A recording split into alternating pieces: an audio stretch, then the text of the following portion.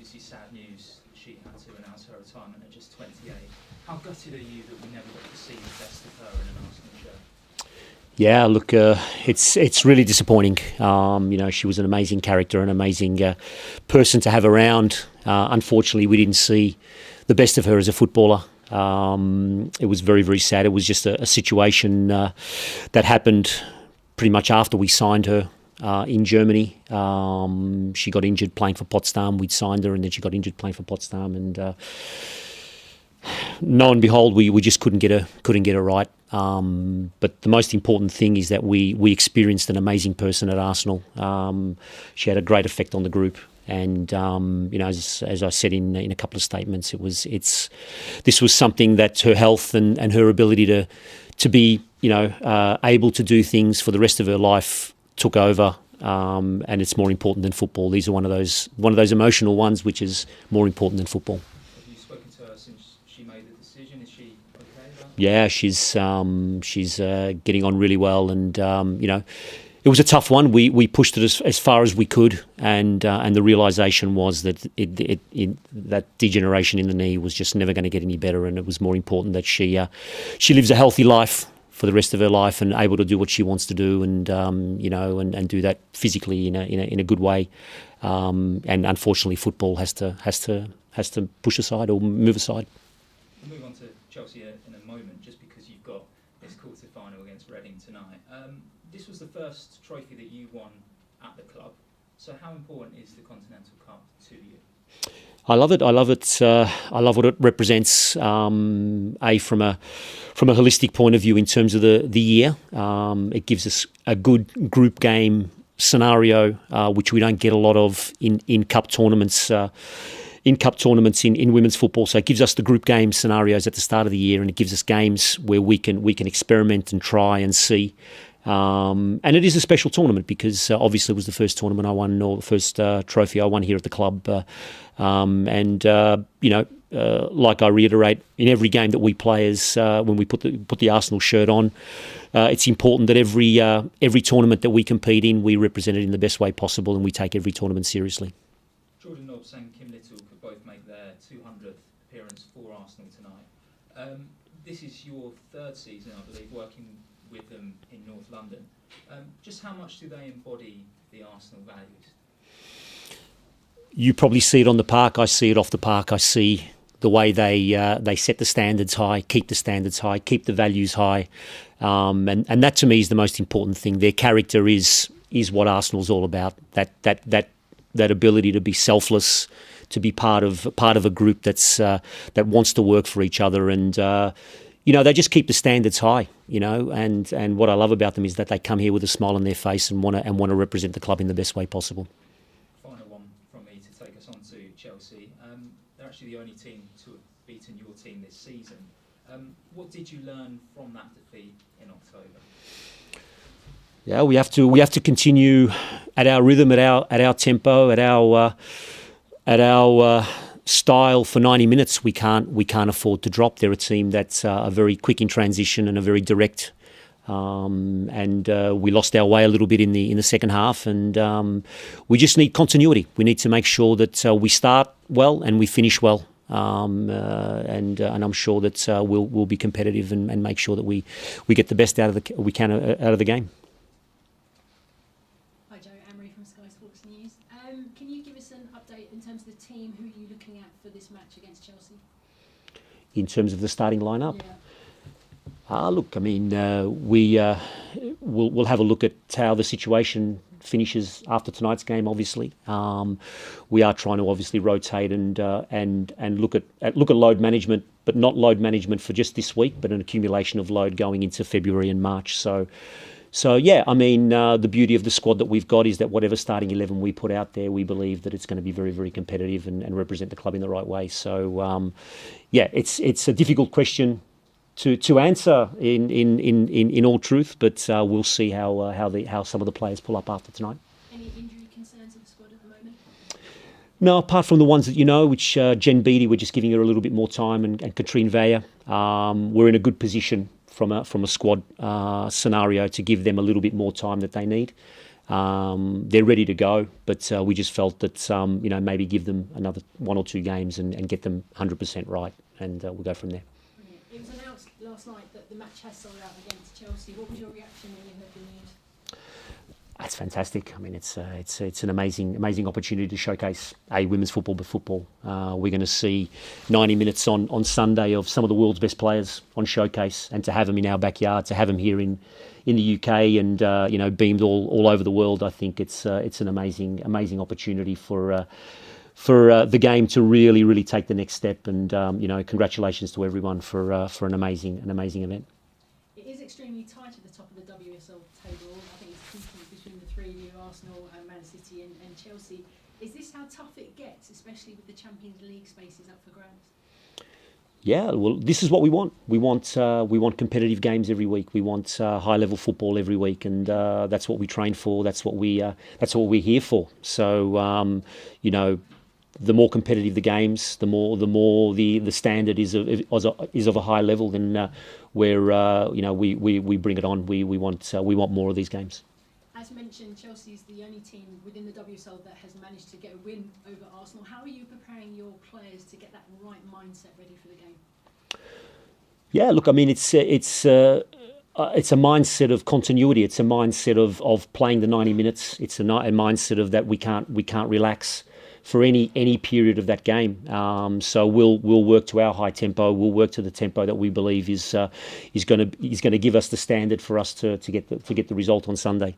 And look, and tactically, we need to be smart. We need to be intelligent, both in the phase of attacking and the phase of defending. And we'll make sure that we're prepared for that through the work we've done now and during the year, and obviously leading up into the game.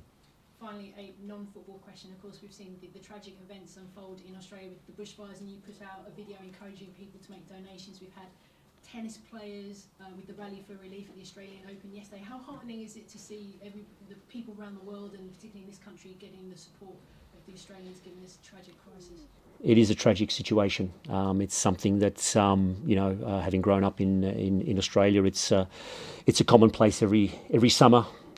Very little surface water. The heat, our fauna is very combustible. So it's a situation where unfortunately communities are ripped apart. But my heart goes out to all the people that have suffered from the situation, and I'm getting goosebumps just thinking about the community feel of the firefighters, the volunteers, the worldwide support that has been given, and every little bit helps, as I said, and it's just great to see everyone coming together to help. Joe, we spoke at Spurs about the possibility of Arsenal hosting a women's game at the Emirates, and you said, well, let's sell out Boreham Wood first. Yep. It's sold out. Fantastic. We need a couple more though. Yeah. One or two, and I think we can then start to send a message to play in the bigger stadiums. But look, it's a one-off situation. We need it to be more consistent. We need it to be a week-to-week scenario. Would you be happy with that, with a double header or a standalone game? Look, I think double headers have sort of a double-edged sword scenario. Double header, people are coming because the men are playing after, or the main team's playing after. Is it real? I would like to think that we can do it on our own and do it in a way where we stand alone as a game. Absolutely. Just one more from me. Just in terms of the bushfires, obviously you spoke very movingly about it. Have you had any personal experience? Have you got any friends and family who've been? I haven't had any personal experience, but they are very close to Melbourne. The air quality there at the moment is abominable. I'm speaking to my family every day, and there is a real struggle there at the moment. It's really up to everyone to make sure that we prevent these things going forward again. Thank you.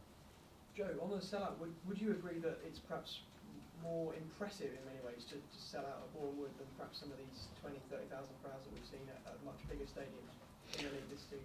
Yeah, if we sell out a 40,000-seater stadium, that will look impressive too, no? But Boreham Wood is, I keep on saying it, we love playing there. It's our little home. We know the scale, we know the size of it. We feel comfortable there, and any big competitive game we're happy to play it at Boreham Wood. But it'll look fantastic. Where do you see the game against Chelsea being decided on the pitch in terms of the match-up against It's a good question. Look, I think I can only comment on us. We're a team that wants the ball, that wants to keep the ball, and if we have the opportunity to get comfortable playing the way we want to play, I'm sure we'll find the spaces to exploit them in the areas that we think we can. I know when you were speaking after the game with Spurs, Tottenham Stadium, one of the members of the press asked you why should she be scared of Sam Kerr? I think it was a question, and you told her not to be scared of Sam Kerr. But can I ask you to elaborate on that? What is she? How much of a threat is she to the side on Sunday? It's not for me to comment about Chelsea or other teams and what they do and how they do things, but the reality is that Chelsea have a number of very, very good players, and obviously Sam Kerr is a component of that. We go into the game worrying about ourselves, so that's why I don't feel scared about who we play or the other teams that we play. We worry about what we need to do. We worry about the way we need to play. We worry about how we're going to, command and dictate the way the game's going to go. So I don't look at individual players. I don't look at individual scenarios. We just look at making sure that we play the way we want to play. On injuries, I know you already answered a little bit on that, but how pleasing was it to see Dan Carter making some progress last week with some of the updates? Fantastic. She's been amazing, and just having her around and having her as part of the group and just having her involved, that's been the hardest thing for her. We love having her around. She's a bit of a cheeky one around the group. So, but we're just pleased to have her back, and hopefully we'll get her back playing. Finally, from me, can I ask about the transfer window? Is there anything you can tell us on perhaps Caitlin Ford or anyone else who might be coming into the club? Yeah, Caitlin Ford's been a player of interest for a while.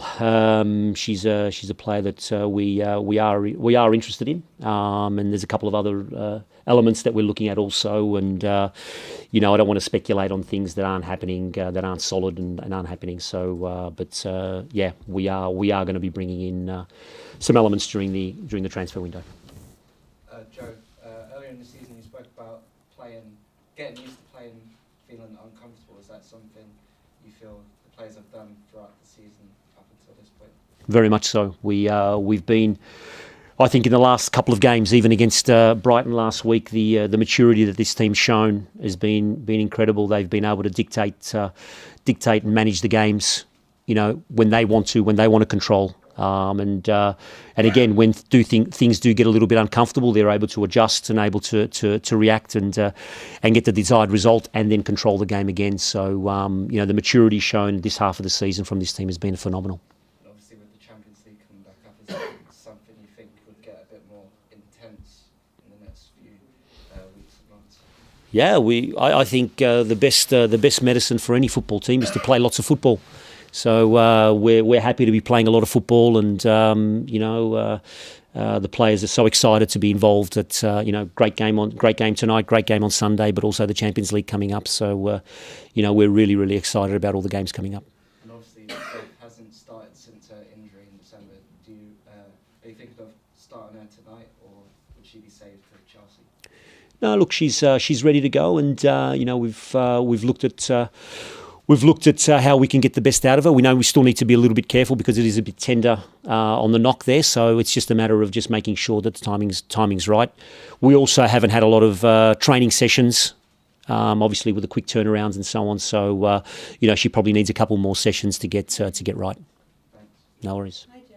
I just wanted to ask, 4 games in the WSL have been cancelled because of water restrictions. How much of an issue is this, and how disruptive can it be?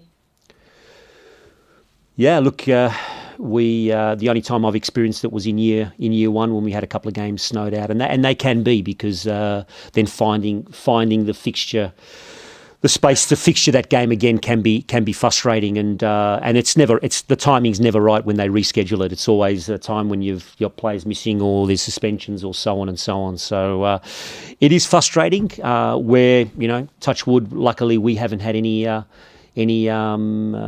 issues like that, and all credit to Boreham Wood because it's an amazing surface that doesn't get washed out. Thank you. Everyone done? Yeah. Cool. All done. Thank you very much, guys. Thank you.